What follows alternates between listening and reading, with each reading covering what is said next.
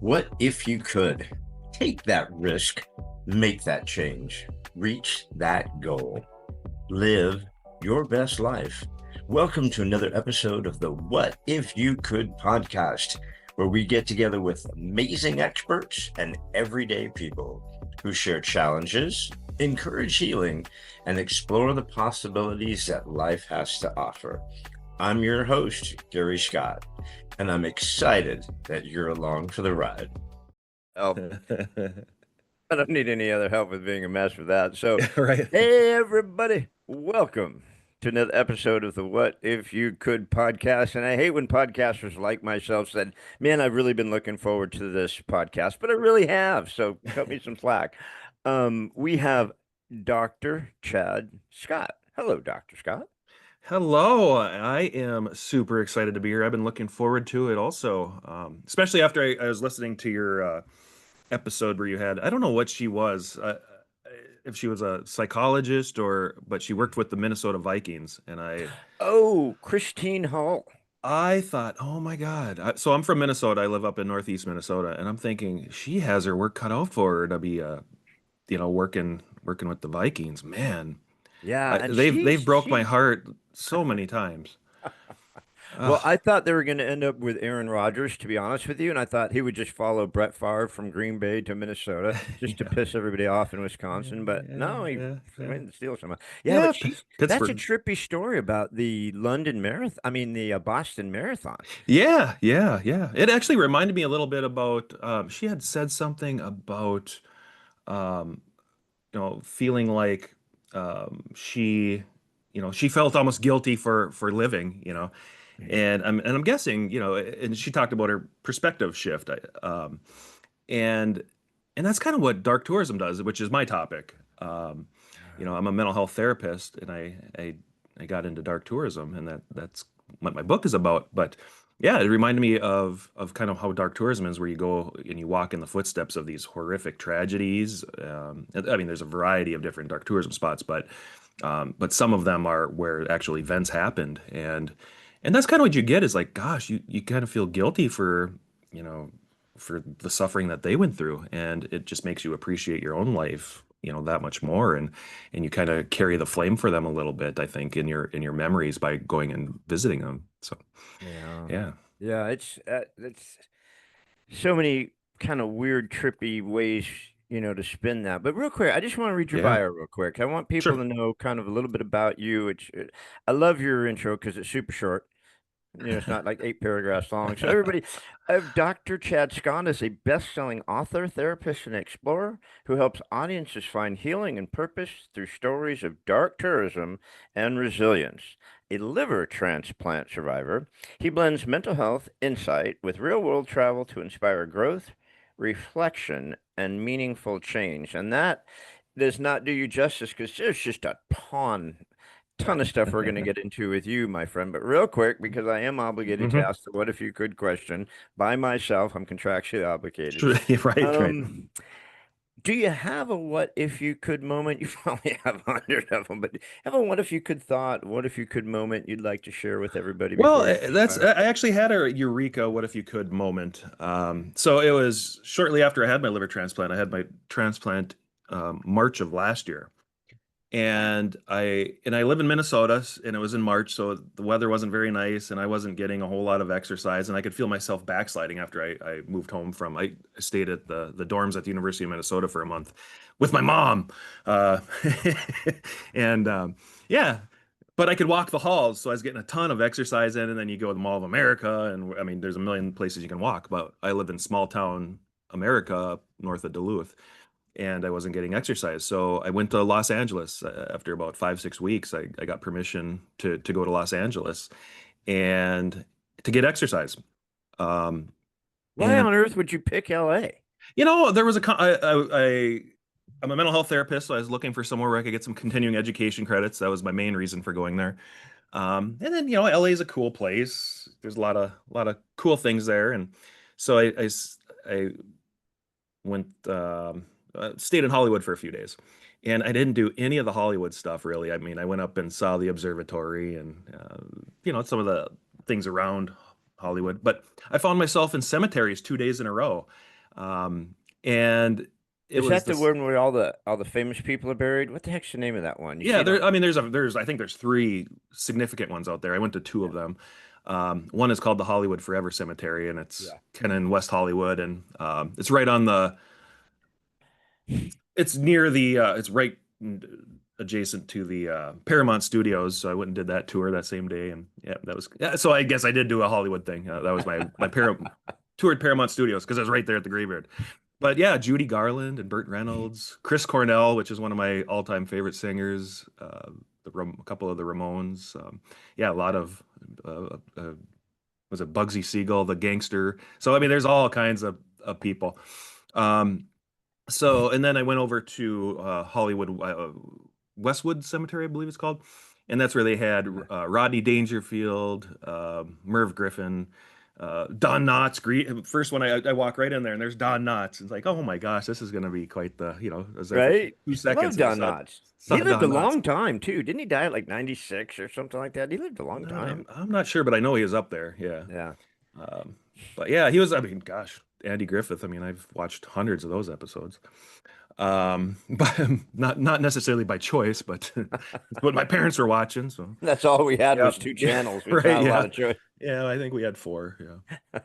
Um, but they Marilyn Monroe, Hugh Hefner are right next to each other, and that's actually a story I read about in my book where Marilyn Monroe, tragically and passed, many years ago at a young age, and her fame, I'm sure, had an impact on her, overdose, and she became famous because of her first. She was in the first issue of Playboy, and it wasn't. She didn't choose to be in Playboy. Hugh Hefner bought the rights to her photos, and she just published them without talking to her. I don't think he ever talked to her even. He never met her, and Hugh Hefner's buried. I shouldn't say buried. He's in a tomb right next to her. So they're like on this, yeah. Hugh Hefner's In this buried next to Marilyn Monroe? the columbarium is right, yeah, No right shit. next to her. Is what's on her tombstone? Norma Jean or Marilyn Monroe? I think it's Marilyn Monroe. Is Yeah. it? Yeah, I'm positive. Yeah. Oh. Yeah. But he paid a lot of money to be right next to her, and Sure. to me that's kind of sick. Knowing that, you might have had a piece in her death in a way, and I don't know. But yeah, so anyway, getting to the question. I go to you like rabbit holes. I go down. That's all I do is go down rabbit holes.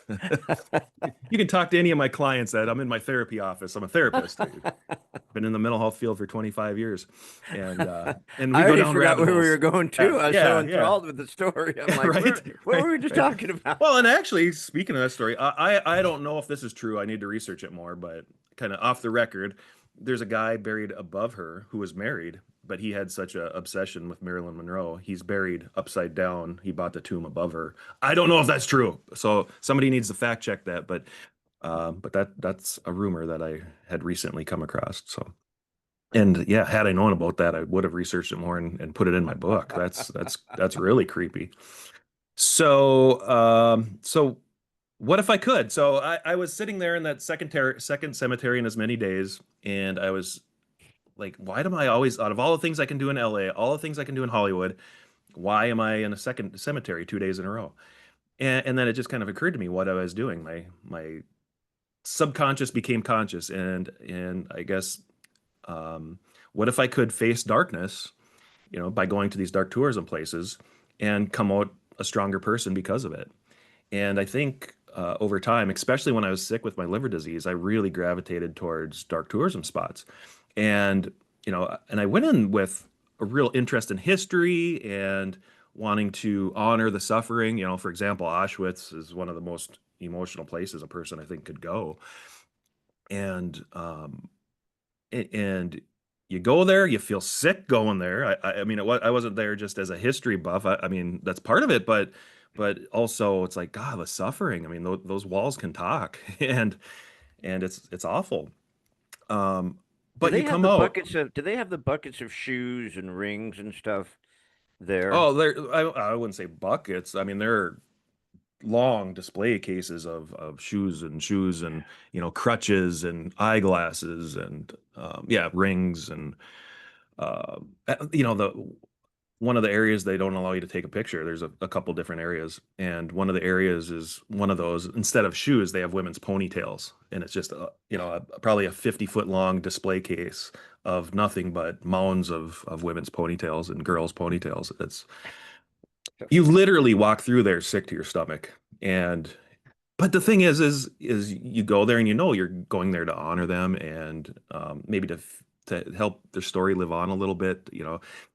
You're truly, when you're going there, you're truly living in that. There's that saying, never forget. And you're truly going there and you're living the never forget. And you walk out the other side of that place and you're just a changed human being, and you just feel much more obligation to humanity, and you appreciate your own life more. Everything, you take life much less for granted when you go to places like that. So it takes some time for that sick feeling to go away, but when it does go away, meaning really emerges, and your life becomes uh, more meaningful and really better because of your experiences going to places like that. It's almost like a religious pilgrimage. So what's the what if you could? What if you could face the darkness and come out stronger? There you go. Okay. Yeah. I'm Yep. still in Auschwitz. I Yep. completely spaced. Oh, You yeah. did say that. Yeah. Yeah.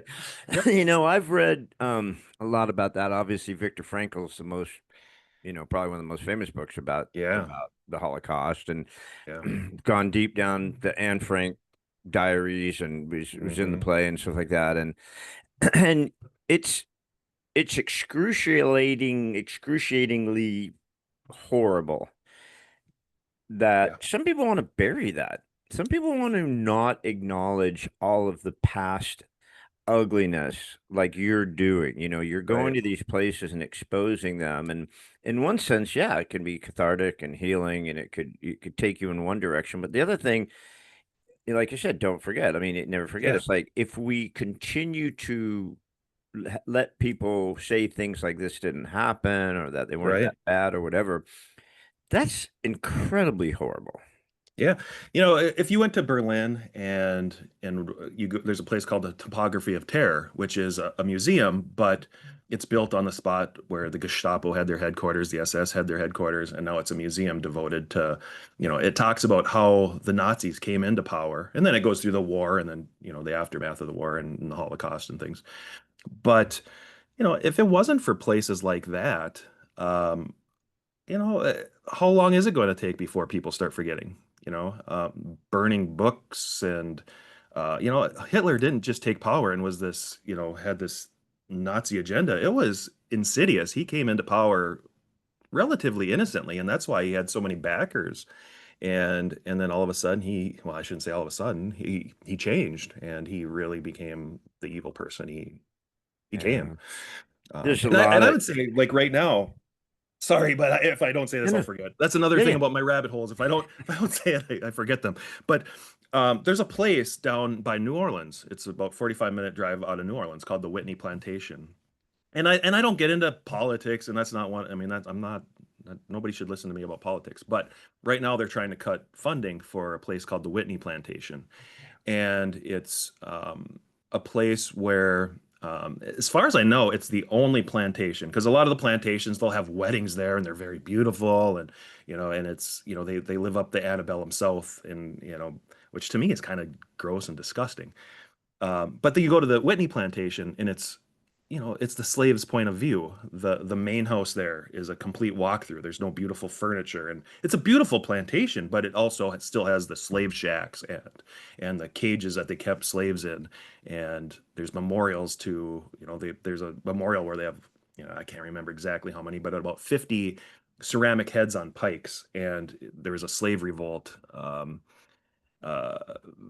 you know, couple hundred years ago, but there's a slave revolt, and they caught them, and they killed them and put their heads on pikes, and so there's a memorial Yeah, to I them. saw that on your Facebook actually when I was going Oh, down yeah, your yeah, rabbit hole of all your yeah, stuff. There's so much. yeah, It's like, holy crap, I can't wait to talk to this guy. yeah. That was on the news Um, last night that they're trying to defund it, so that really angered me. So yeah, Yeah. That's my Who that's my who impression who I have. owns it? I mean, who's responsible for the maintenance and things like that? You Do you have know, to pay to I go don't in know. or?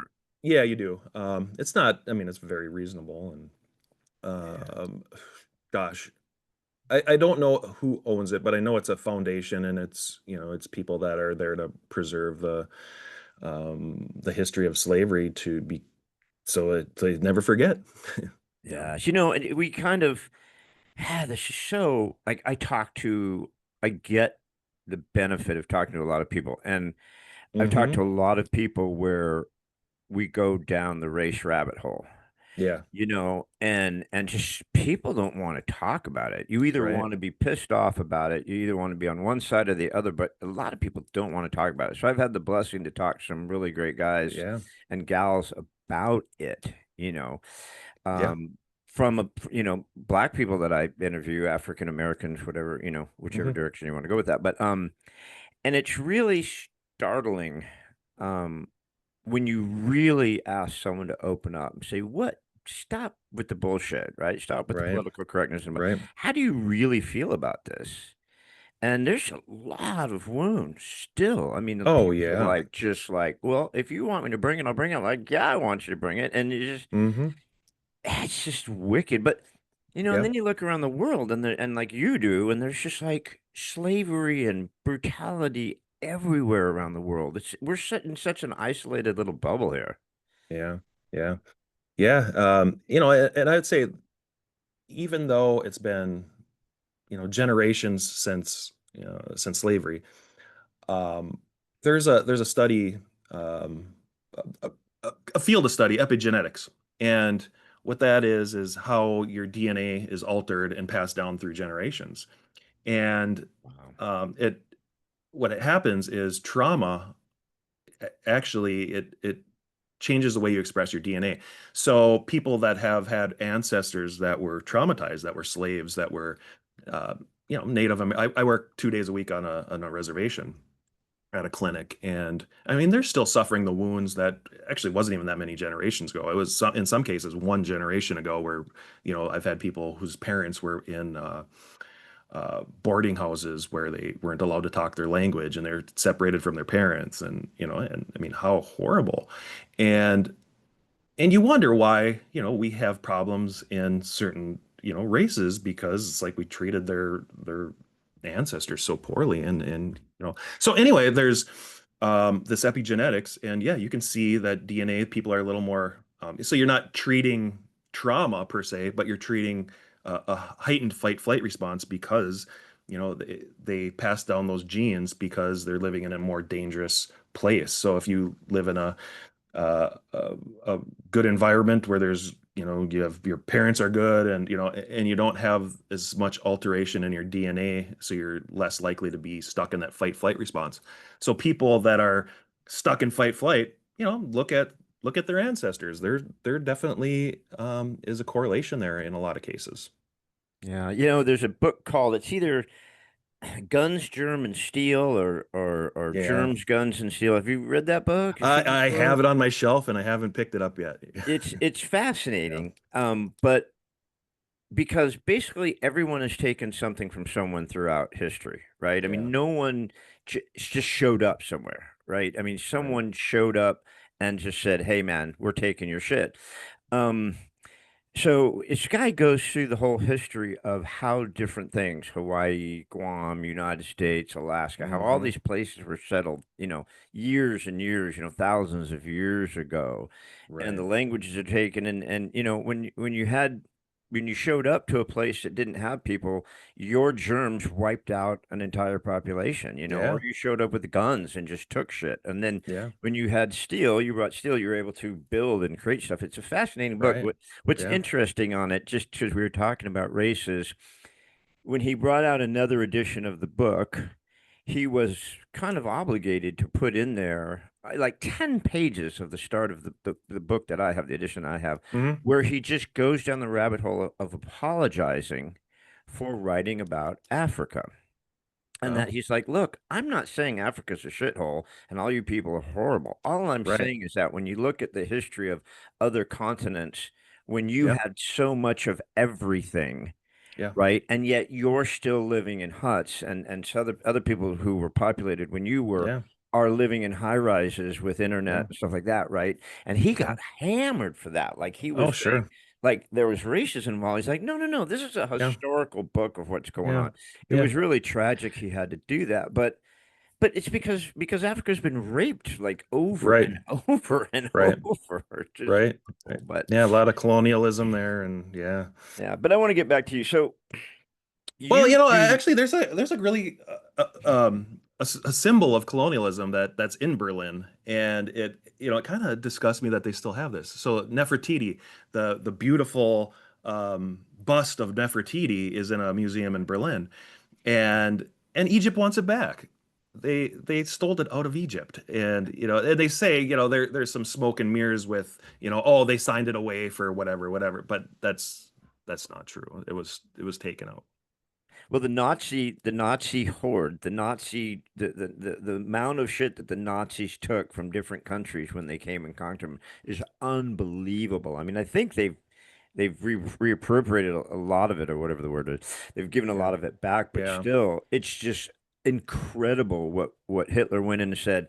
I want all that shit. He would have stole the pyramids if he could have. He Well, just couldn't it figure out how to do it. Indiana Jones. It reminds me of Indiana Jones. I don't know if it was the fourth one or whatever, but they have that huge warehouse where all the different artifacts, and in the Ark of the Covenant was just another just artifact that they found. It's crazy, right? I mean, you just go, Yeah. dude, you stole all that stuff. Yeah. But so you going back though to start early, Dr. Chad Scott. I mean, you started mental health with the criminal elements, right? Yeah. Or people who had maybe been institutionalized and were criminals, Right. or they got booted out when Reagan kicked, closed down all the insane asylums and stuff like that. Yeah. So take me back there where you started with that. Gosh, where I started, I haven't thought about this in forever. So it probably was in college. I was taking more criminal justice classes and started just kind of leaning more that way. And I started reading some criminal psychology type books. And then I got into the mental health field, and I worked a lot with serious and persistently mentally ill people. So people with real serious bipolar, depressions, borderline personality, schizophrenia. So the types of disorders that people might be disabled from, and and then I found that a lot of my clients, and being male, I tended to end up working more with the criminal population. And it's like there are so many people with mental illness in prisons and jails that I really started looking into that. And what I found is there wasn't a lot of research on it, and that's where got a passion for talking about the criminalization of the mentally ill, and that was the name of my first book in '07. That's what I did my doctoral research on, and so I really talking about rabbit holes. I really went down that rabbit hole because there's the prison and jail suicides are so much higher than the general population, and the amount of incarcerated.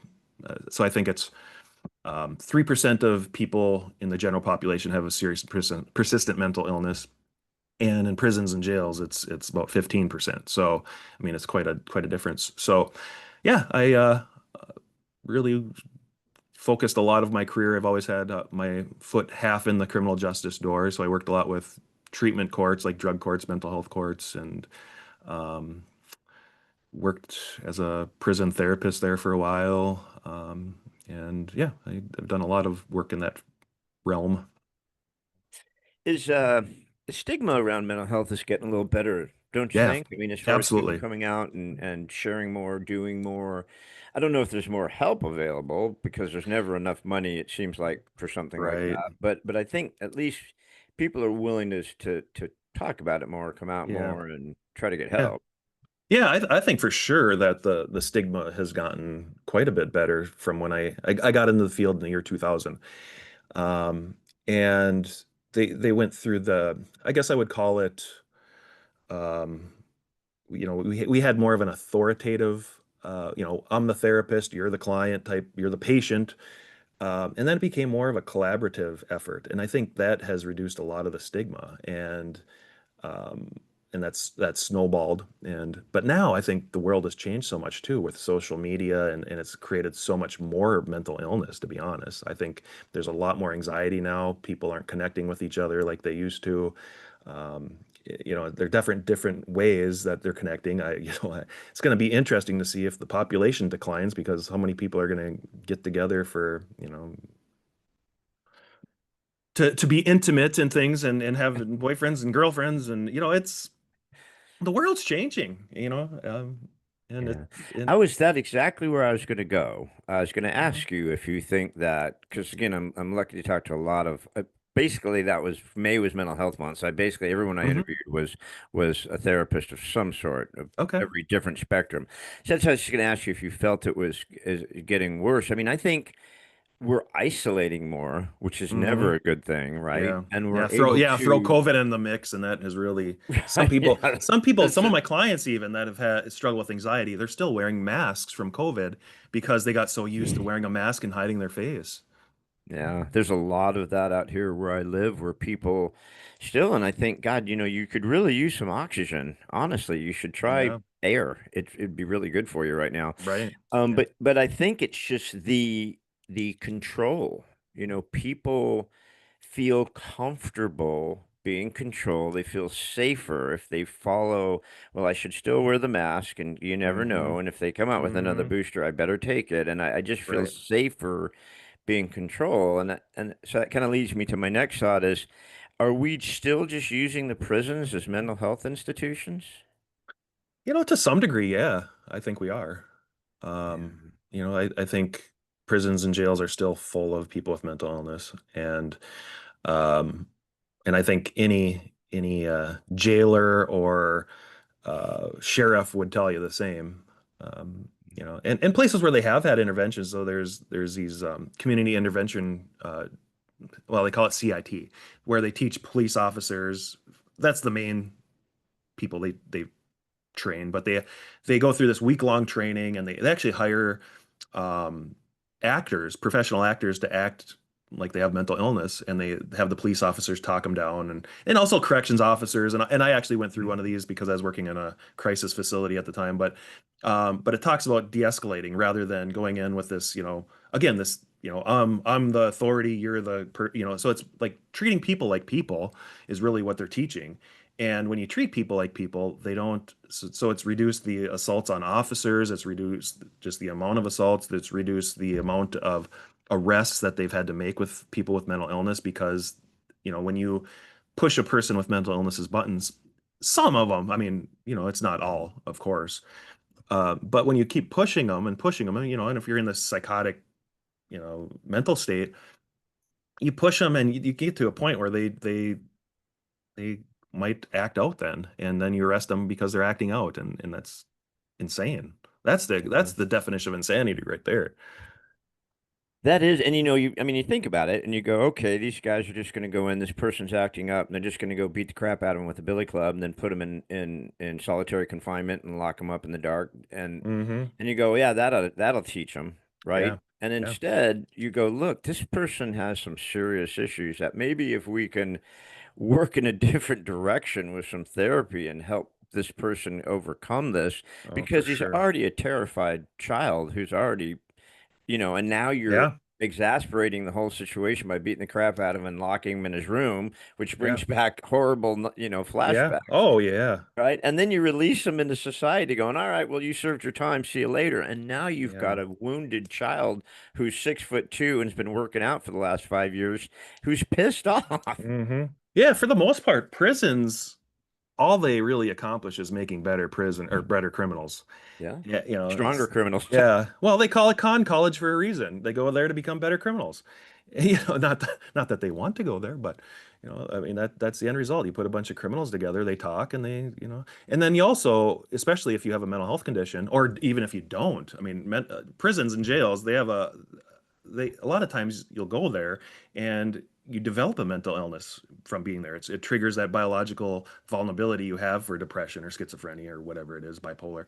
And yeah, and then you're like you said, you're punished for showing signs of your mental illness, thrown in solitary or at least isolated in a special unit, and you're not getting the help you really need, and you learn that, the world's a dangerous place, and then you get out with that mentality, and yeah, the reincarceration rate of people with mental illness is really high too, and that's a big piece. Well, they feel safer there, but I mean, think about it. You can't show weakness in prison, so you have to, bully up on there. So Hmm. you can't talk to anybody about what's going on. I mean, and I would go completely insane the moment that door closed behind me, Yeah. in that cell. First of all, I'd be sold for a pack of cigarettes instantly, and Hmm. then I would go insane. I mean, I'm claustrophobic as it is, but knowing that I'm in this situation Oh, would make me insane. I would not come out a better person. yeah. It's just Yeah. impossible. Yeah. But so let me ask you about, you've just had a funky go, and a lot of Yeah. us have. I've had a Right. funky go, and you've had a funky Yeah. go. And actually, Yep. one of my closest friends just got a liver. He Oh, just wow. is a liver transplant Well, guy. He got it, I congratulations to think, him. a Yeah. month ago. He waited like 2 weeks. How long did you wait for your liver? Um, so I got my first call after 4 weeks, and I think then it was 5 or 6 weeks that I got my liver once I was on the actual list. Yeah. Yeah, God, that's pretty quick. That's good. That's encouraging for Yeah. people who are on Yeah. that. So, but did this book come about through all this? I mean, you've had a lot of instances, over the few years, and Hmm. culminating with the liver transplant, and then, so where did the book fall into all the things that you went through in these last few years? Yeah. So, for one, I will say I'm not one of these people who say, "I'll go read in the book." So I'll tell you the story, but my whole chapter one is devoted to this, Oh, really, good. where um, I, I traveled with my parents a lot. We went across the country to visit relatives a lot of times in the car, and we'd stop at historical sites. And I think, it sort of got in my blood through doing that kind of stuff. And I really loved to travel. And I did a lot of traveling on my own as a young adult. And then I got married and we traveled a lot. And we always found ourselves kind of in places where I would consider them dark tourism, cemeteries and, uh, like ghost tours and gangster tours and just things that are, museums that might have a little dark edge to them, like the Spy Museum in DC or the Horror of the Holocaust Museum, places like that, where, um, so yeah, so I did a lot of that, and then I started getting sick. I had a disease called vasculitis, with inflammation of your blood vessels. They didn't know if it was a deadly type. They didn't know if it was just a time limited type. I was testing positive for some of the deadly types, but um, and the treatment for the deadly type, it can keep you alive, but your chemotherapy the rest of your life if you have vasculitis. Yeah, so mine actually went away, but while I had it, I was going bonkers. I've always had plenty of anxiety in my life. It's always been kind of a problem, and but then I just had a ton of anxiety during that, and then my dad got sick with sepsis, and the doctor literally said it was a coin flip, whether he'd live or die, and so during all of that, my wife left me, and it was because of, she had her own issues, but it was mainly because of my anxiety. I was really starting to say things that were, I don't know if they were hurtful, but I think they made her feel really insecure, and I think she just had enough of it. Um, I think we and tend to lash out when we're in pain. I know yeah, yeah, animals do. I know I yeah, did. I was wicked. Chemotherapy sucks big time, yeah, by the way. I yeah. I did a Hurt little people bit hurt myself. people. Yeah, Yeah, yeah, exactly. Hurt yeah. people hurt people. So I mean, I I didn't want to cut you off, and I'm not making excuses for you, young man. But yeah, Right, right. lashing out when you're hurting is such a common thing. Well, So and you brought up man's search for meaning, and and I think I found meaning in my suffering, and but it took a while. It took me a lot of suffering before I found that meaning. And so after my divorce, I really started taking care of my anxiety, doing everything that I preach to clients about. I started doing myself, which actually really worked really well. And I started doing a lot of adventure tourism types of things. So I've always been a person, I always talk about comfort zones. And it's like, okay, nothing grows in comfort zones. Comfort zones are for couch potatoes. I'll say that at least once a week. And so I started doing things that were just way out of my comfort zone, where like I was, going and grabbing alligators out of swamps. with a person with me that, there's actually a Trained place to in, do that because you're yeah, still here and you there's got actually both hands. there's a place in Colorado that, because of the geothermal heat, there's swamps by Sand Dunes National Park that has alligators in them, and it's a sanctuary. So they take them from Florida and Wait, Georgia. there's So alligators in Colorado? yeah, yeah, it's in a sanctuary, and so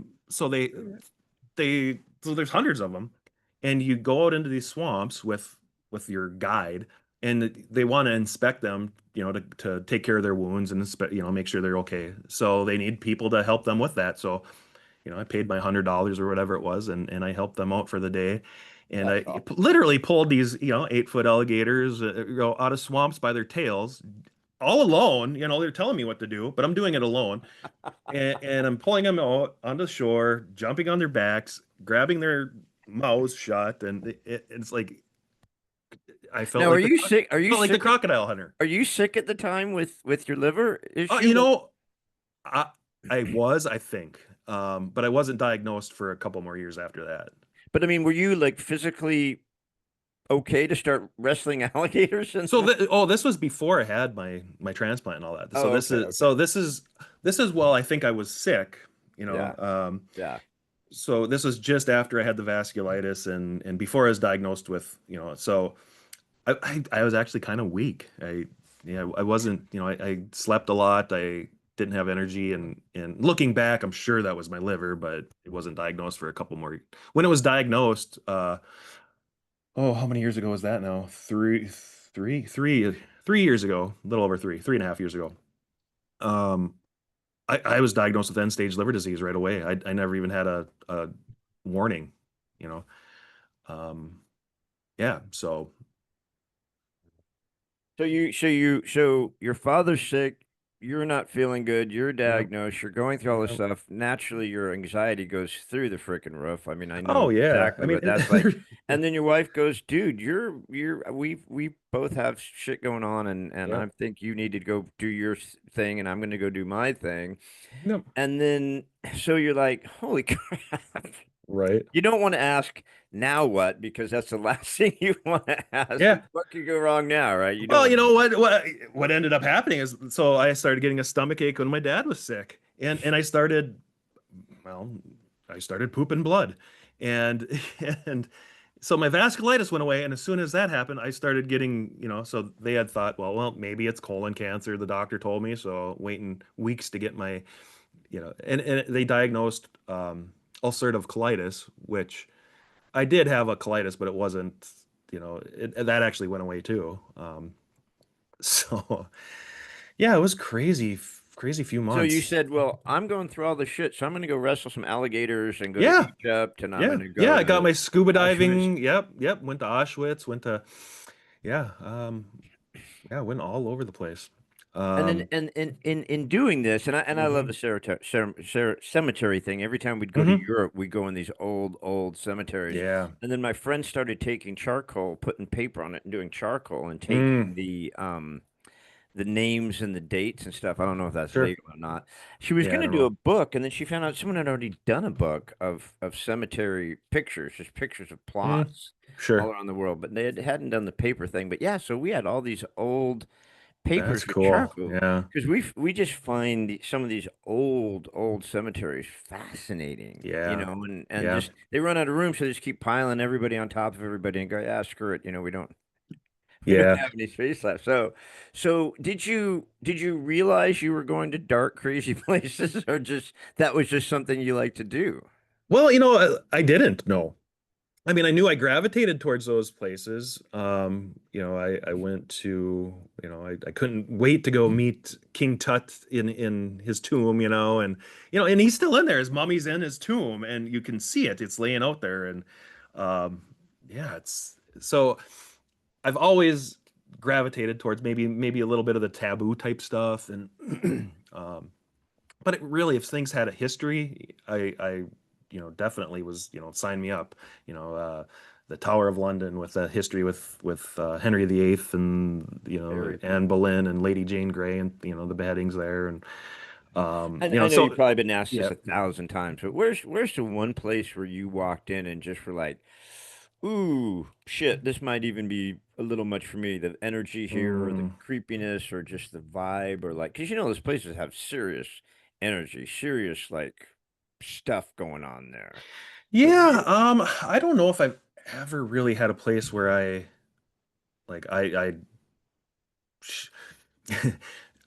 3 weeks ago I was at the Lizzie Borden house. And and that's got quite the history in it. It's really got the haunted took an lore. action, gave her mother Mama, 50 yeah, action. 40, Used to know yeah, that by heart for some yeah, reason. I don't know why. yeah, right. Yeah, it's almost one of those fairy tale type things that everybody knows. But uh I was in that house for a couple hours by myself. So the tours were done for the day, and I was spending the night there. I stayed in Lizzie Borden's room by myself. You can spend the night there? Yeah, it's a board and lodge, and or a bed and breakfast, I should say. Oh, Yeah, good. Oh, yeah, so you yeah, get yeah, breakfast with your murder. yeah, That's yeah, yeah, yeah.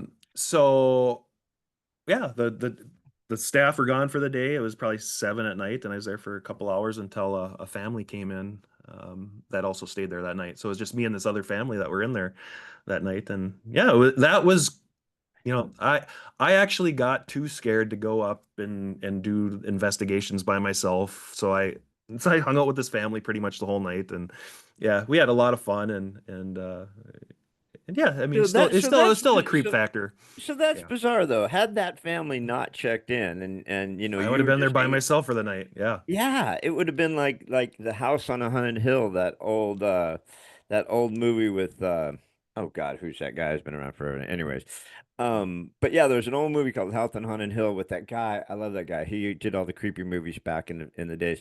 And if you could stay in this house and make it through the night, you got whatever amount of money. It was the 50s or Oh, 60s. sure. So Yeah. Vincent Price, that's what it is. Vincent Ah, Price. yeah. I Yeah. loved The all his old legend. movies. Yep. So Yep. it's kind of like that. You go stay in Lizzie Borden's house and Right. Except I paid $300 to do it. I didn't get, yeah. Yeah. Yeah. For $300, you can spend the night in Lizzie Borden's house. if you make it, I If don't you make know. it. Yeah. Is she Yeah. there? I mean, what's it like? I mean, do you feel a vibe? Is it creepy or are you just It's anxious to figure very out? creepy. You know, I, and I have nerves of steel, I think, but, um, and I didn't always. I think dark tourism actually helped me, gain, more, like walking through the Paris catacombs. It's like, oh, yeah, this is interesting. It wasn't really all that creepy to me. How many skulls are in that place? Like, Well, there's 6 million people in there. Yeah, isn't that insane? yeah, yeah, It's just such an yeah. insane thought. I mean, I've never been in there, even though I've been to Paris a bunch of times, and I wanted to do it. We just never made it. But Hmm. I've just seen so many pictures, and you just see, just miles of skulls. It's Yeah, just so bizarre. yeah. It's real neat. You go down. Where are the skulls from? Who are all these people? They back back in the 1800s they had or maybe it was in the 1700s, but they had the cemeteries were over full in Paris, and they're worried about public health, and get a rain, and bodies start popping up out of the ground. So they dug up the graves, especially in one particular cemetery. I forget the name, but they yeah, that's where they all came from, is people that were previously buried, and then God, they that's crazy. put them in the ossuary there in the Paris catacombs. So you go down. There's this um, little building that it's real ominous, and you go in this building, and you go down this spiral staircase that's actually kind of creepy. Because at the bottom there's this beautiful blue colored water, and you just kind of go down, and then you walk in, and something Delamort, where it's like you're walking into the Empire of the Dead or something like that, and then you walk in, and then all of a sudden you got you know probably 5 feet high and 5 feet deep, nothing but bones, and then they make out of the skulls, they have patterns like hearts, and so they'll put the skulls together and make a heart pattern or a cross, and you walk through. It's about a mile, I think, is what the public portion of it is, and yeah, you walk out the other side of that, and and it's actually, as you're walking through that, you think about, like, okay, how old was this person?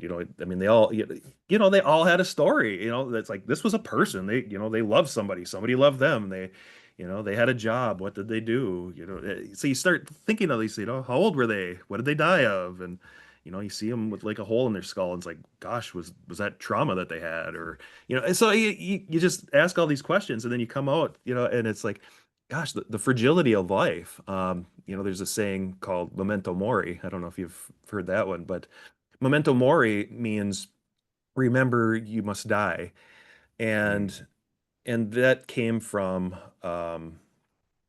in Roman times, they would hire a person to walk. They'd have big parades for generals, and they'd hire somebody to walk behind the general, and they would whisper in their ear "memento mori" when they started getting too cocky, because it was a way of humbling them.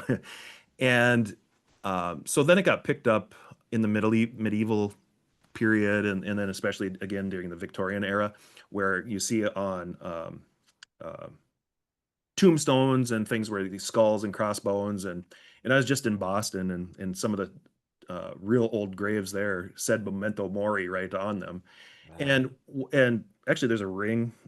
I bought one of these. So there's a ring that likely came from a guy who lost his wife, and it has a skull and a crossbone on this ring, and he wore it as a memento to his wife, a reminder of his wife, and it's a reminder that you're going to die, so live your life. And that's what the flip of the coin of memento mori. And a lot of you can actually buy coins that on one side memento mori, and on the Yeah. other side it says remember you're going to live, or remember to live. So it's a reminder to live with intention, and so that's what the Paris Catacombs really does at a lot of dark tourism spots, is like it's a reminder of your own mortality. And when you have that such in stark view when you're going through the catacombs or at Auschwitz or Hiroshima or wherever it is, you you see that death in such stark perspective that you start like, yeah, I need to live my life. I'm going to be one of these people in not too many years.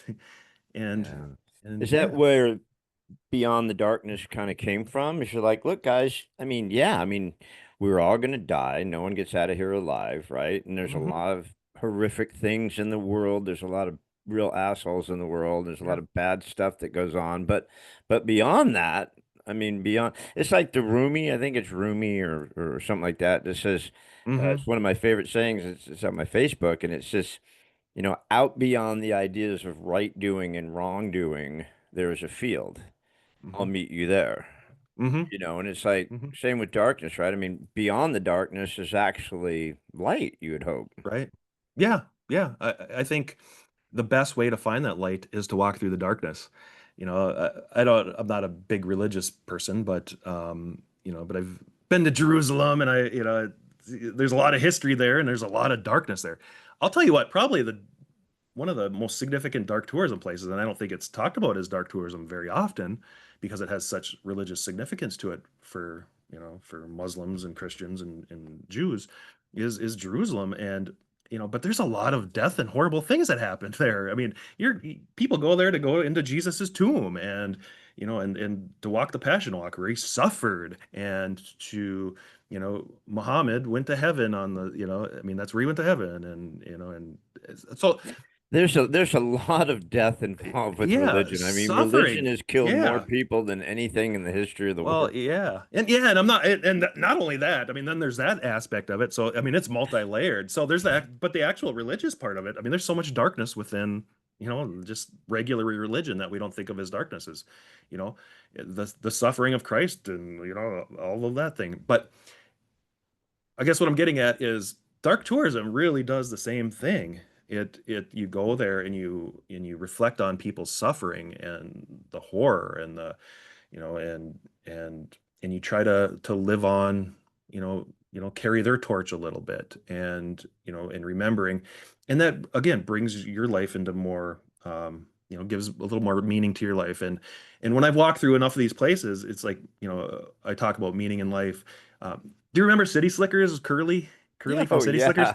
That one thing. That one thing, and yeah, and I found out my one thing is actually two things, and it's my family and friends is the one, and another is helping people. So I mean, that is really what gives my life meaning, and there's no, I mean, yeah, I have no doubt in my mind that that's the two things that drive me. But it took a lot of soul searching and things to, which I didn't necessarily know was soul searching, but You got but kicked in, but you got kicked in the nuts a lot too. yeah, yeah. And that's really why I wrote this book, is like I need to tell people about this. And what's interesting, so I was in Oslo, And actually I was visiting my great grandparents. I found their grave in a church that they helped start, and so I that was really cool. But I started getting sick, really sick at that time, and that was actually 2 months before my transplant.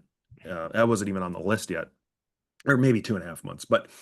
Um, but I read a National Geographic article, and it was on dark tourism, and it talked about the variety of places, and I'm like, wow, I've been to almost all those places, and and they talked about the motivations for going. Okay, so people sometimes go to learn and history and to reflect and honor, and like, oh, that's exactly why I go. And then some people go for the blood and guts and sensationalism, and I mean, there's kind of a variety of motivations, but right then and there, it's like, my God, I'm a dark tourist. So what was cool is they talked about this. They interviewed a guy named Dr. Philip Stone. He was the director, the founding director of the Institute of Dark Tourism Studies at the University of Lancashire in England. And this Dr. Stone, after I put out my concise edition, about 6 months after that, he contacted me and said, I liked your book, and we developed a relationship. So he wrote. He was actually the first non-editor to read my book, my full edition, Beyond the Darkness. And I said, if you like it, you certainly are welcome to write the foreword. It would mean a lot to have an academic rather than try to find a celebrity, somebody that knows what they're actually talking about. Because you see all kinds of celebrities endorsing books, and half of them I bet never even read the book. But this guy is the world's leading expert in dark tourism, arguably, and yeah, and he wrote the foreword to my book. That is awesome. I mean, who even knew there was a worldwide number one authority on dark terrorism? Yeah, it's And actually you a field. found, It's and you actually a hooked up field of with the guy. study. The term is actually an academic term. It came out. It started in the '90s by a guy named John Lennon, not that John Lennon, Not a that different John John Lennon. Lennon. Yeah, not Strawberry Fields, different guy. And then a Malcolm Foley, and they did us did yeah they came up with the term dark tourism, and that's a lot of the researchers that do. It's a multidisciplinary, so there's you know. A lot of tourism people, business people, people like me, like mental health type people that have studied dark tourism now, and that's what they call it, dark tourism. It's an actual, so it sounds a little sensationalistic, but it's actually an academic discipline. Interesting, Yeah. interesting. You we touched on it a little bit early about the survivor's guilt. Hmm. I don't know if we were recording or not at the time, but um, survivor's guilt is a real thing. Oh, My wife sure. got cancer and died at 46, Oh man, sorry. 10 years ago. Yeah, and it was like 10 years later, I'm still dealing with it, right? And it's Oh, just, sure. but there is a lot of survivor's guilt involved, for Oh a yeah. long period of time. And you touched on that. I mean, you didn't have a lot of surviving going on. You had a lot more struggle than surviving. Yeah. So what was your survivor skill? I mean, why would, after all you've been through, why would you touch on survivor skill? Well, so, for one, I see it a lot in my office. There's Yeah. a lot of people that have gone through similar things like you're talking about that you had gone through. Loved ones passing away is something I deal with almost on a daily basis in my office. And there's almost always an element of survivor's guilt. And actually, one thing that for Viktor Frankl, I talk about him a handful of times in my book. He was, I would say, one of the biggest inspirations why I went to Auschwitz and why I wrote the book. Wow. I try to bring a lot of what he talked about logotherapy into the modern age. And but he talked. There's a great clip on YouTube where he's talking to somebody who lost his wife and he was just suffering with it.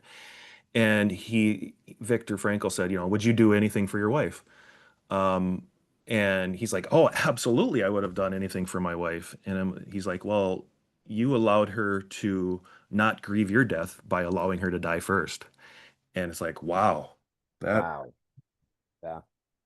So when you look at things through different lenses, and I think that's partially what a good therapist does, is helps you look at life through different ways of looking at situations, and that's where the search for meaning comes from. And my dad talking about survivor's guilt, when he had that sepsis episode, and he finally came to, he had dealt with some encephalopathy, so he was kind of loopy for a while, and but when he really came to, he's like, I just feel guilty that I survived and people younger than me pass away, and it's like, wow, that's your thought on that. That's interesting.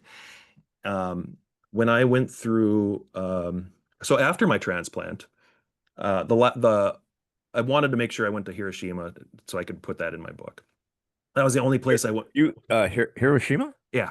Yep. So I went to Hiroshima last September, I think, or August, and I wanted to make sure that got in my book. So that was the only place that I think I really well. I went to a few places. I went to Gettysburg too. I hadn't been there before. So there's a few places I had went after my transplant, but I went there and I wasn't sure what my reaction would be. I'm just like, okay, I don't like nuclear war. I don't like the fact that we did this. But you go through there, and I went through, and there's a large mural, and it shows Hiroshima, what it looked like, just this beautiful ancient city. And then at the end of it, there's these school kids on this mural, and they're taking a school picture with their teacher. And I walked through with the students in their uniforms that looked almost like an exact mirror image of these kids, and it's like, oh my God, this is going to be difficult.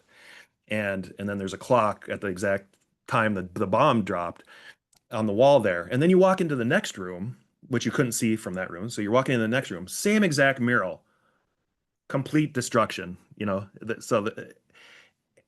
and then it talks about the different stories um they're drinking this black rain that fell because they're so thirsty. Well, it was nuclear fallout they were drinking, but they were so thirsty, and a lot of them died of cancer within months. And so, yeah, the initial impact might have, only killed tens of thousands of people, but I mean, hundreds of thousands died from that, over the years. Um, but you just walk through, especially as an American, and my grandpa fought in the war. You know, and so I thought I would have mixed feelings, but I didn't have mixed feelings. I felt absolute guilty. I felt just shitty as an American walking through this Hiroshima Peace Memorial Museum. And and I just was waiting. It's like usually museums get better. There's like something hopeful. It's like nothing ever got hopeful. It's just like you're going through Is and it's there a like, gift shop at least? I mean, I thought again that like Hiroshima and Auschwitz, very similar in terms of I just felt sick going through them. And yeah, there actually is a gift shop at the end, and the T-shirt says "No more Hiroshimas." I Yeah, like it. yeah, Right. yeah, And going back to kind of like what we talked about with Auschwitz, it's like, Jesus. I mean, people today, the way they just throw around, oh yeah, we're going to World War III, and we're going to start nuking everybody. I'm like, you yeah, people are freaking insane. yeah, You've lost your freaking mind. You have no perspective of anything, because one of our bombs is what, 10 of what we dropped yeah. on Hiroshima. I mean, it's like Right, insane, or maybe a right, hundred times what we dropped on right. Hiroshima. So just one of them, and there's like 15,000 nukes laying around the country, the world. Yeah, It's just again, it's just this loss of perspective. yeah. Everyone should be forced, because they don't teach anything in school. I mean, people should be forced to watch these things in school and watch the bombing, watch the after effect Hmm. of these children walking around with their clothes fried off, Yeah, and the Auschwitz videos. I mean, there's just yeah, so much of this that people just don't. yeah.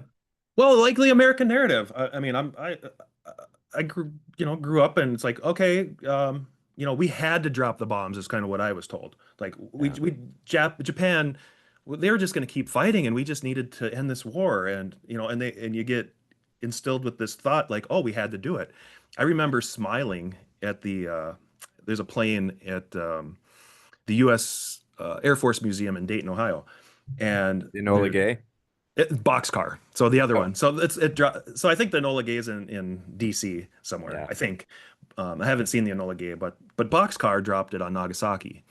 And Yeah. so I saw it as this plane that ended the war. I'm smiling with my son, and we're smiling in front of Boxcar, getting our picture taken, and I'm just ashamed of that picture now. It's like why was Well, and I that's the other smiling? thing. It's like, yeah, that's what history wants to tell us, is that, well, Yeah. man, Ito just wouldn't stop. I mean, like, hey, they don't have that many people in Japan. Eventually, they're going to run out of people. I think Yeah. it will stop, right? But not only did Hmm. we drop one, But then Yeah. we come back, what, 6 days later and hit Nagasaki? It's like, Yeah. are you, Yeah. I mean, this is madness. And it's interesting. I don't know if maybe because Hiroshima was first that Nagasaki doesn't get much props. Nagasaki doesn't get much Yeah. love, but Right. but why doesn't Nagasaki get the same that Hiroshima got? Your guess is as good as mine. I'm really not sure. That's bizarre. Yeah. Yeah. Yeah, what a but now the city's like spectacular, right? I mean, I heard it's an amazing city now. It's rebuilt I yes and no. I mean, you go to a place like Kyoto where it has these ancient, beautiful buildings that have been there thousands of years, or well, probably not thousands of years, but many hundreds of years. And then you go to Hiroshima and it's really more modern, you don't have the classic Japanese architecture that you would in some of those other cities. I assume I don't know that 100%, but yeah. I think that definitely the landscape I'm sure looks much different Well, than you get would those otherwise. those people who go, well, look at Detroit in the 50s and look at Detroit now and look at Hmm. Nagasaki and after the bomb and now Yeah. and Hiroshima and look at it now. It's like one of them's completely recovered from a frickin' nuclear bomb Yeah, yeah, and the other one yeah. is just Well, like yeah, suffering. and you do leave there with, I mean, you don't leave there just feeling guilty. You leave there with, I'm gonna try and prevent this from happening again. I never would have be saying this stuff had I not been to Hiroshima about, we should not have. I will tell you unequivocally, we should not have dropped those bombs. And then I look more into it, and it's like, okay, well, Douglas MacArthur, he was, Yeah. you know, General. yeah, one of the heads there, and he was against it. He Yeah. said Japan was going to surrender soon, and that was kind of the consensus. And Truman decided to give the green light anyway. You know. Yeah. I think just to show other people our power. I don't think they needed to do it either. I think they were just going to run out of people. It was a tiny island. There was only so many Japanese soldiers you could throw at the world, and Mhm. so in any case, but Yeah. so how have you now taken all this and use it in your practice? Because you're still a practicing Hmm. psychologist, right? Yeah. Counselor, mental health therapist. Yeah. Yep. Yeah. So how do you now take in all that and what you've been through personally? How do you use this in your practice?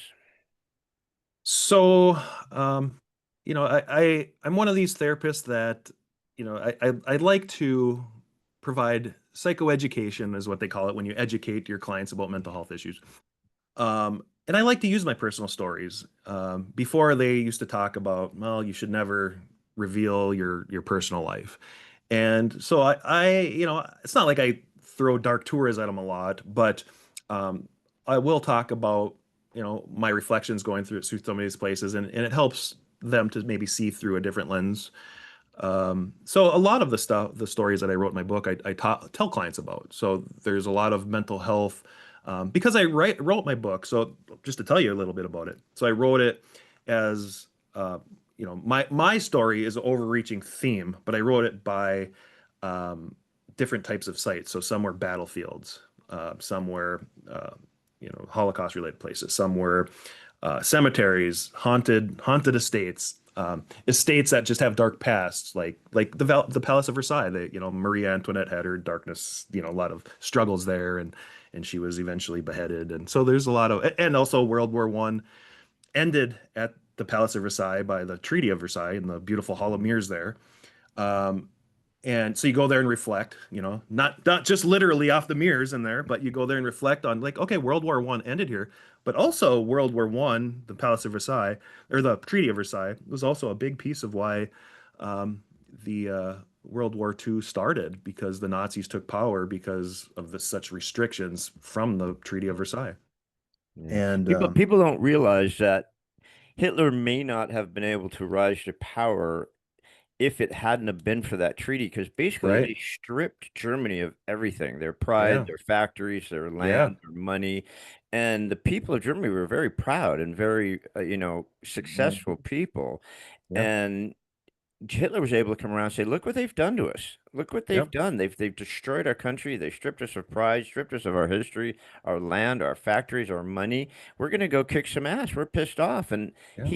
he probably it was such a horrible punishment to Germany. Not that World War One Hmm. wasn't bad, you know what I mean? But you're right. I mean, I think it was kind of like he might not have gained the traction he did if it wasn't for such a brutal Right. treaty and what they did to Yeah. Germany. Yeah. Yeah. Yeah. So you have those, I'm not necessarily talking about that every day with my clients, but I Uh, certainly will talk about, if there's like some type of relation where, yeah, you might be, punishing your husband for doing this, but that could cause some, or your kid for doing that, or, but there could be repercussions for, I mean, there's every action has a reaction. And so, like, maybe I'll bring up something like that, to the right client. I mean, I'm not well, telling kind them. of like the prisoners too, like you like we were talking about. I mean, Yeah. if you don't kind of take a look at what's brought them there, you're just going to create a tougher animal, and Yeah, so yeah, exactly. you Yeah, kind of 100%. you have to kind of look at it that Yeah. way. And with life, Yeah. I'm sure. Do you work with couples, with kids, with people? Who do you work with? I work with just about everybody. So I six and older, if I have a couple, I tell them I'm not a couples therapist, but there's not a lot of couples therapists around here. So I'll tell them if they can't find anybody else or can't afford to go to Duluth or whatever, then I'll take it on. But typically I don't do couples therapy, but I will if I. Yeah. Well, I gonna get this book and read this. This is all fascinating to me. I love all of Yeah, this, and thank there's you. just Thank you. so many rabbit holes we can go Yeah. down. Yeah. I just had just a weird quick thought, just because you talked Hmm. about Oslo. Did your family immigrate right to Minnesota? So you guys have been in Minnesota forever from Oslo? Because there's Uh, not like a real connection with the Vikings and oh Minnesota yeah. coming Yeah. straight over, right? Yeah, yeah, yeah. I think my great grandfather immigrated through New York, and and actually, when I learned about my great grandfather, I learned some kind of neat history too, where he married, I think it was an actress in New York, and I don't know if I don't know why they actually moved to Minnesota. So they moved to a place in Minnesota, and she didn't like it in Minnesota. She missed the big life, so she went back to New York. They divorced, and then he married my great grandmother, or I should say my great grandmother, not great great. I met my You had great greats in Oslo, so so their child came over. Yeah. Yeah. Well, that's great. I mean, because isn't Wow. there just like a lot of Germans and Polish Yep. and Norwegian and stuff who settled? I mean, because shit, if you're gonna go somewhere that's kind of like where you left, right? I mean, Yeah. Yeah. right? Yeah. Cold and Yeah. foresty and all that Right. stuff. Yeah. I think it probably is a lot like Norway here.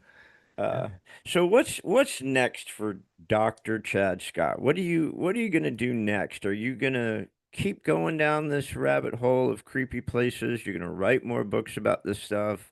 Your therapy? What's next for you, Doc? Well, right now I'm just going to enjoy having my book out in the world and try to promote it and I'm going to start doing some so it came out May 1st and my audiobook literally came out yesterday. So Congratulations. yeah, thank you. Who Thank you. who read the book for you? Who read the book? Oh, a guy named Davis Brooks. The publisher found him and yeah, they gave me a sample of five different guys and I picked a couple and they Awesome. then they chose the final one. Yeah. Yeah.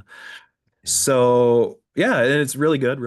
I love it. So I'm gonna go out there and promote that, and I want to start doing some talks where kind of what we're talking about today, but in front of an audience. I used to teach at a university, um, and I miss getting in front of people and talking about what I'm passionate about. So excited to get out there and do that. I think this would be an awesome book tour, speaking tour kind of combo because it's Yeah, really fascinating. I mean, a lot of the aspects of it, from the mental health to what you've been through personally to a liver yeah, transplant, which is super. I mean, that's a yeah, really yeah, big deal. I yeah. went through it with my buddy for 2 years. Mm, And then the places you've been, and then writing the book, because yeah. everybody would like to write a book, but I've been wanting to write a book for 50 years. It's just not probably never going to happen. But You so just I got to could sit just, down there and do it. yeah, I've So had a actually, title. actually, I've if it literally had a, wasn't for my liver transplant, so I had all this energy, I had a ton of energy. I've started many books in the past, and I didn't get through them. I'd get 20 pages in, 30 pages in, and just be like, oh, and just give it up. And then I found this topic that I really loved, and it just hit me, and I had all this energy that I didn't have because I was sick, and yeah, I focused that on writing this book. That's awesome. I've had a title in my head for 40 years, and Yeah. I literally, I just, it might come out one day or another. But yeah, I mean, this would be really fascinating where you can get an audience, everyone's interested in this type of stuff, Hmm. and question and answer stuff and speak to people would be really fascinating because I think Yeah. you'd sell out auditoriums. People love this stuff. Yeah. You'll Yeah. get the people showing up in goths masks and stuff like that, hoping you'll tell Well, sure. tonic Sure. rituals, but Yeah.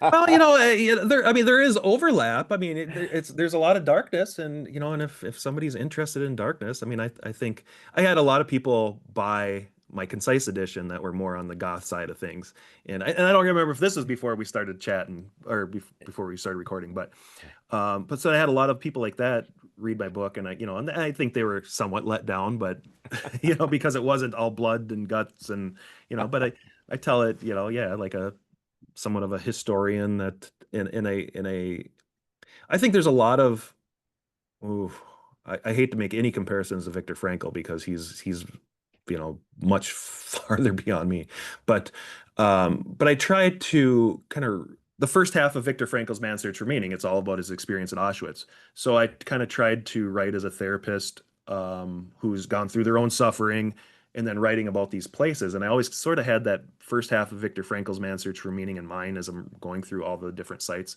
So instead of, he focuses on solely on Auschwitz, but I think I have maybe 35, 40 different sites that I talk about throughout the world that, talk about the events that happened there, um, kind of how they related to my life, because you see parallels, you see little pieces of yourself in all of these places. I talk about how a mirror emerges when you're going through these different places, and you see these Wow. little pieces of yourself in even in Auschwitz or no matter a cemetery, somebody who, like, for example, Burt Reynolds. Uh, he had a lot of fame. He was a cool guy. He was like the coolest guy I knew, in the 80s. And um but he also had a lot of struggles. I know he, might have had some addiction issues, but female problems, and I think I don't want to say this for sure, but I think he had some, like was physically abusive to people, but he kind of reformed and said he is sorry in a sincere way that he gained the trust back from the public, and it's like you see tiny little pieces of yourself in everywhere you go, and um, yeah, I think I think that's why I love powerful. biography. I think that's why I love biography Yeah. so much. I mean, I'm a biography junkie. I've got tons of biographies. I've had to give away hundreds of them. Oh I wow. just love reading about people and their lives because, like you said, it makes you feel a little bit maybe not better about yourself, but you're like, all right, everyone's gone through this stuff. Hmm. Everybody's had. I mean, Burt Reynolds has had that ranch in Florida that was like his absolute dream place, and he almost lost it. He went bankrupt, and Mm. he was this massive star, had tons of money, tons of fame, and then ended up going Yeah. bankrupt. These guys make Wow. bad business moves, and almost Yeah. lost that ranch, or maybe he might have even lost it or had to sell it or something, and it just Sure. devastated him and his different relationships, and like. You said you look at all these people and you look at them in the Hmm. cemetery and you go, the only thing that we truly are going to have in common is the dash, Yeah. right? We're all going to have the dash. We're going to have the Yeah. start date and the end Yeah. date. But that And it's dash, what you did during that dash. it's all that Yeah. matters, and Yeah. you writing this book and going out into this travel, because you really could have just stuck your head in the sand and said, ah, fuck that, this is horrible. I just, Yeah. I mean, this all Yeah. sucks. I'm just gonna die of this liver shit. It's Yeah. like country Well, western and that's songs. actually the point of my book is where I struggled so badly with this vasculitis with my early immune system issues and my divorce. I mean, I couldn't have handled that worse. I mean, I was a total wreck. And then I started drinking too much, which certainly didn't help my liver either. But but through my experiences with dark tourism, it again changes your perspective. And I think I almost had no anxiety going through my.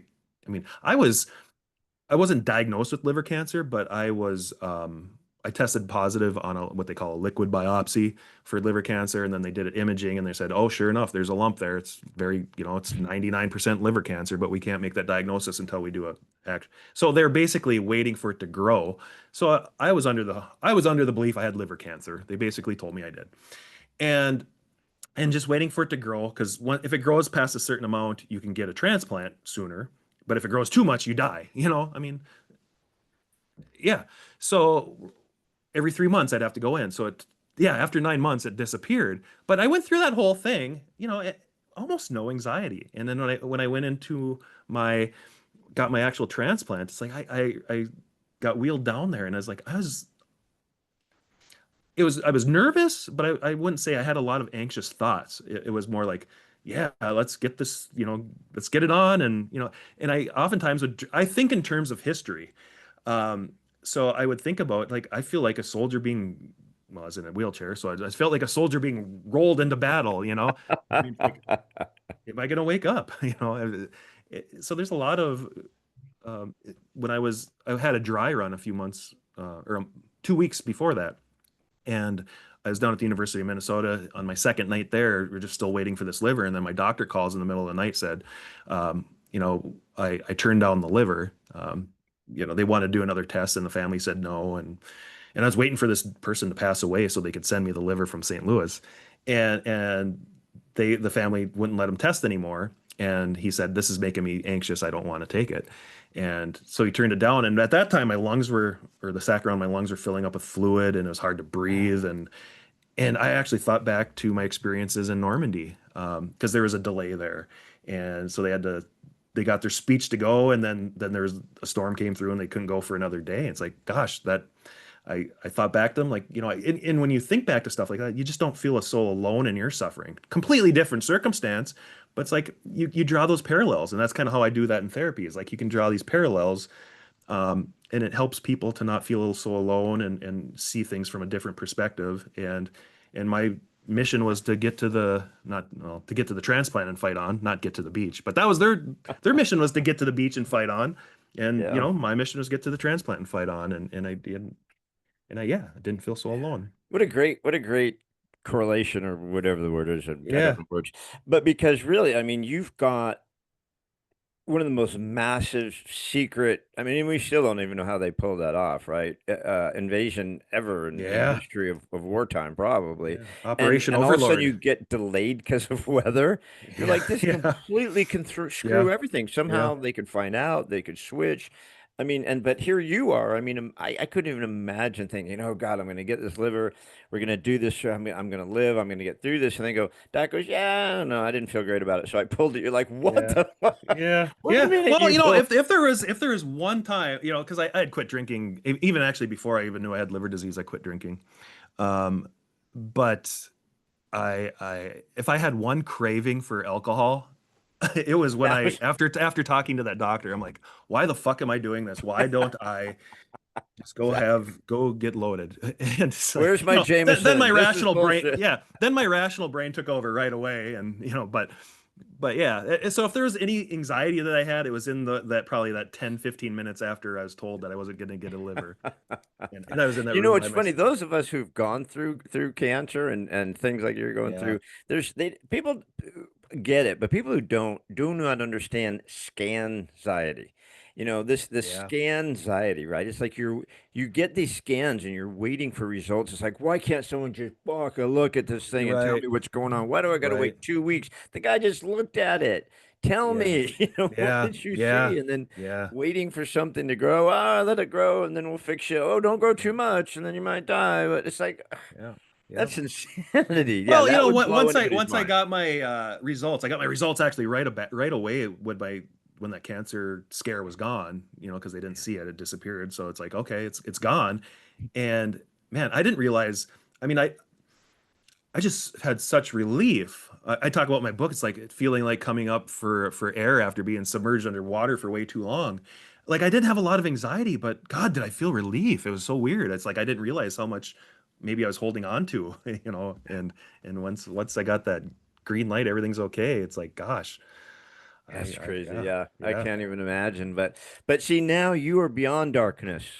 You're on the Yes, other side of darkness. yes, No matter what yes, happens now, it's like, screw it. It's like it's like yeah, I saw a meme on Facebook with all the shit that's happened in the world in the last couple of years. It's like, whatever, right, bring it on. Who gives a shit? It's like, right. but so Doc, you've been great, and I sorry I'm just taking so much of your time. You've Oh, no, been no, so that's interesting. fine. I love it. But I Been having lied fun. earlier because I'm a liar. I lie all the time. Yeah, yeah, me too. I told you I just had one question, but I actually have Uh-huh. two questions that I Okay. wanted to ask.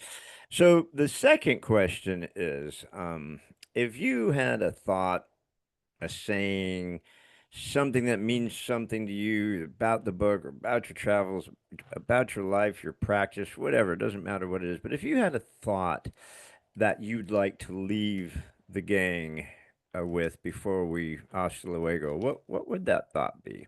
I'm smiling because even before you're 2 words into the question, it's like I know.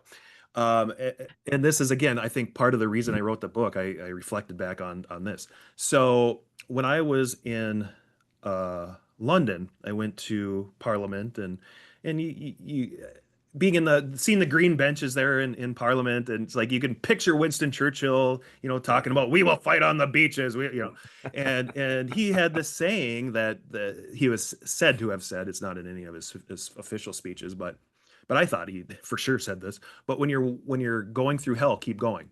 Yeah. And um and going to the Churchill war rooms and seeing where he spent almost the entire World War II in his war rooms, and talking to you know uh, Roosevelt, and in his little telephone room there, and so I woke up from surgery right away. I could tell, like, my life has changed. Oh my God, I feel so much better. And I had such pain because they, sliced open my whole abdomen, but I felt so much better. And it wasn't the narcotics. It was the Wasn't the health. Dilaudid? Yeah, right. And I'm looking in the mirror. It's like, oh my God, I didn't realize how bad my eyes were. It's like my eyes are white. I thought they were white It before, but happened that fast? I mean, oh, right right away? away. As soon as I woke up from, I could tell life was different. But so I had to recover from the surgery, though, and and that was much harder than the liver thing. Again, that was just gone as soon as I had the transplant. So any of your listeners that are thinking, like, should I check the box or not? Check the fucking box. Gosh, Be a donor. It's life saving. Nine people or something like that live if you donate your organs. So um, but I had a hard time getting out of bed, especially in the early days after my transplant. So I would have Churchill. I'd think about how England was, I don't want to say they're getting close to being defeated by the Nazis. I mean, they were on their heels, they're backed against the wall, and the Nazis were coming. And Churchill started giving those speeches, and again, I thought he had said, when you're walking through hell, or when you're going through hell, keep going. So that would be the mantra I always would play in my brain, and I would be able to pop out of bed. I'd like conjure up Winston Churchill, and I would literally say that to myself, and I would get up and walk the halls when I just wanted to go back to bed. So, and get my that's awesome. dilaudid, yeah. But I That's didn't. I awesome. I don't kept know if going. he said that or not either, but I did buy that coffee mug with that saying on it that said Yeah. that it was by Winston Churchill last time I was in London at a gift Yeah, shop yeah, yeah. You can because you can I buy love yeah, that saying. you can buy sayings with that on there for sure. Oh yeah, Yep, shit, shirts, yep, hats you could buy, yep, but I bought a yep. coffee cup because it's true. I mean, and I was in a really good place in my life at the time when I bought it. Now, shit, I'd buy a dozen of them, and that's the only cup I'd use Yeah, because it's right. so true. I mean, Yeah. and the thing is, Doc, I mean, so I love the book, and I was excited to talk to you and the premise of all this because not all of us will be able to go through all these places of horror and nightmares and history and things like that that you've been able to do. But um, we could take your book, Beyond the Darkness, and we could take your philosophy, and we could take your teachings and what you're doing, and step back and go, you know what? Yeah, this sucks, but Mhm. if we could just get through this, which we can, right? Hmm. Unless you've just got Hmm. a terminal illness, which I've had, Right. right? But Right. but if you can, and you can get beyond that darkness, And when you talk about mental Yeah. health, it's seriously dark. I Yeah. mean, you know better than me, but I've been in that darkness where you Right. just don't think you're going to come out. You don't want to come out sometimes. But Well, if you and that's the thing is you go to Auschwitz and or any of those places. I mean, I bring up Auschwitz a lot because it was such a profound experience. A lot of these places were, but I could be talking about a lot of these places. But you go there and and I'm sure a lot of them thought their life was over. I mean that's what Viktor Frankl's book is about. Is like the people that had hope that for something, saw meaning in their struggles, saw it almost as a test of their character, went on to live, and the people that kind of didn't have any hope, and they died much sooner. And it's probably a biological protective mechanism, where it's like, okay, you're gonna die, so just die quick, and if you want to live, okay, we're gonna keep you living. I mean, your Yeah. mind has so much. Besides everyone on the planet needs to read Beyond the Darkness, but really, if someone hasn't picked up Man's Search for Meaning by Victor, it's that Oh, freaking big, right? And like right, you said, only half of it is his story. The rest of it is right, his philosophies on yeah, how he does his yeah, teachings and the psychology and stuff like that. So it's yep, really a tiny book. You could read it sitting down having coffee. I mean, and right, I think.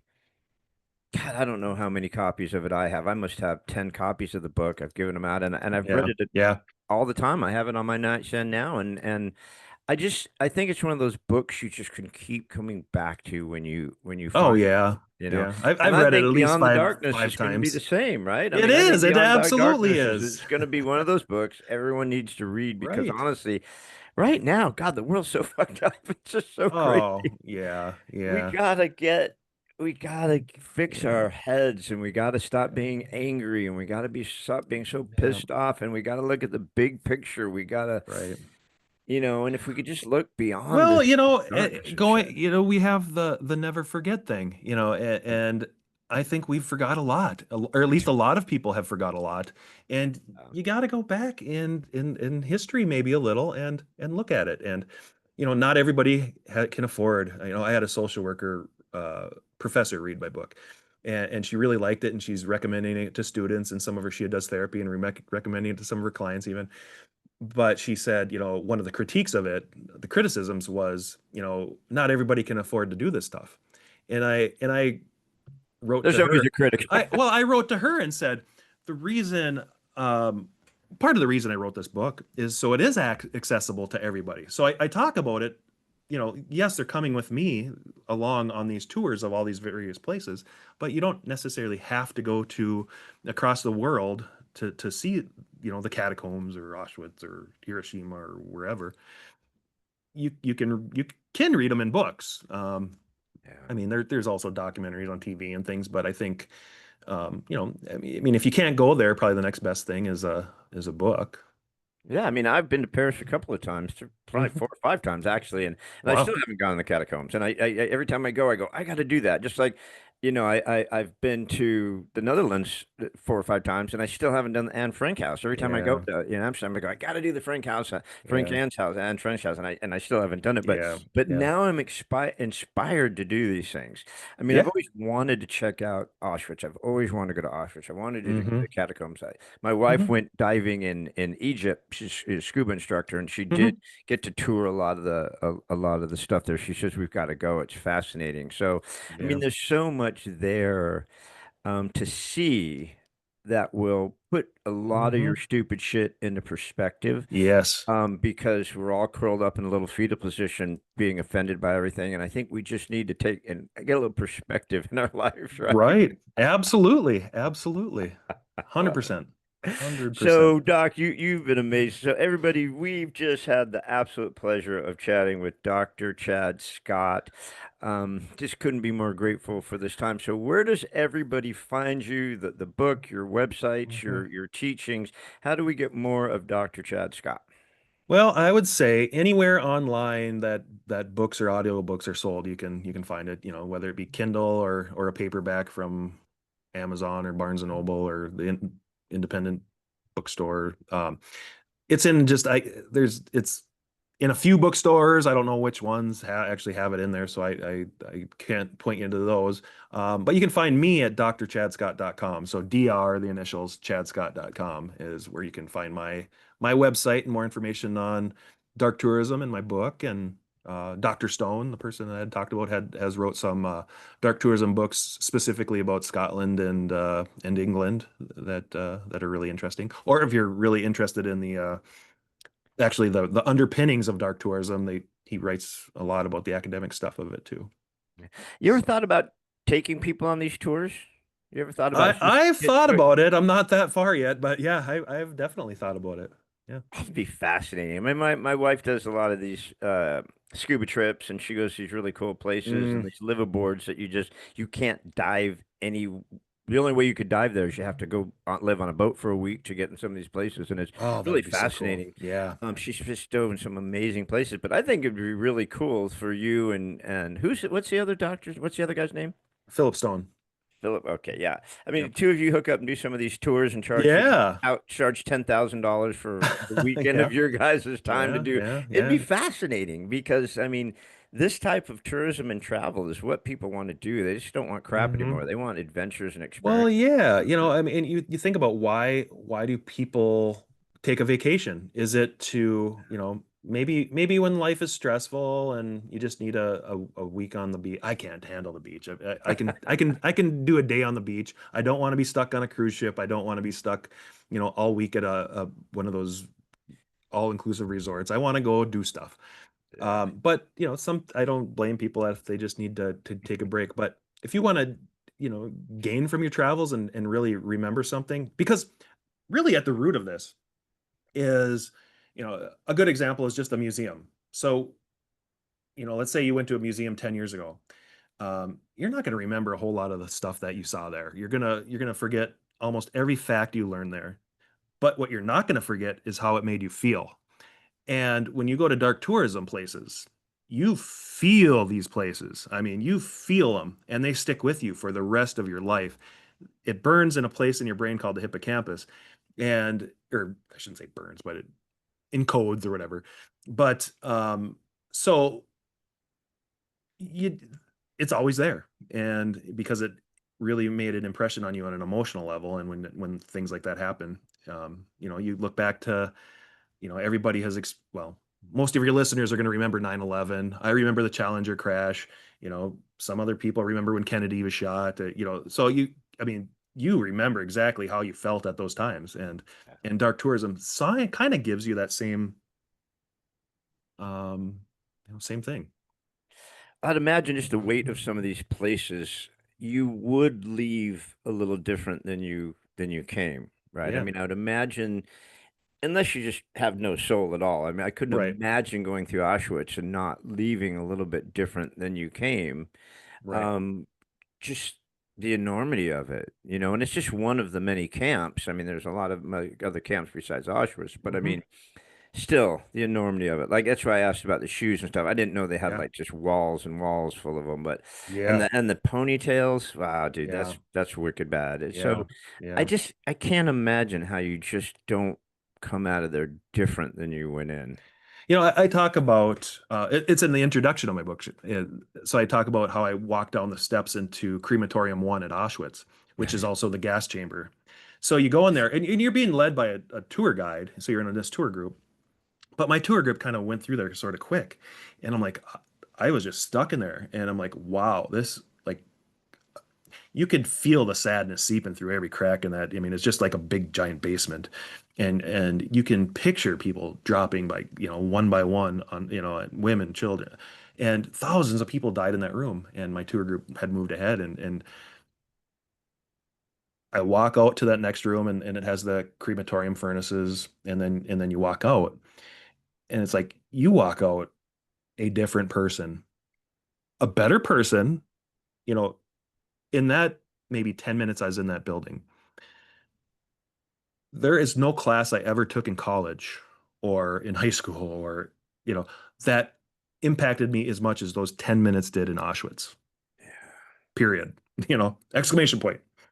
Yeah. I mean, think of how many souls are in there. I mean, Yeah. and some of them.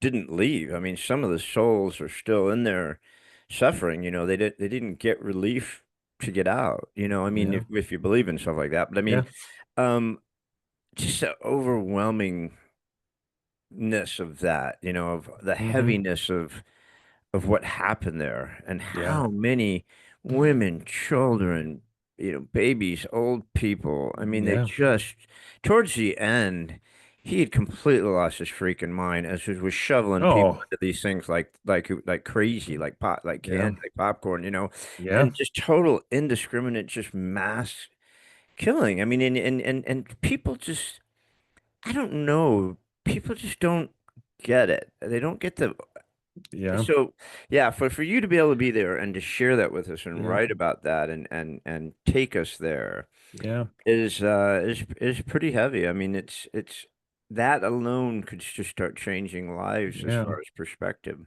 Yeah.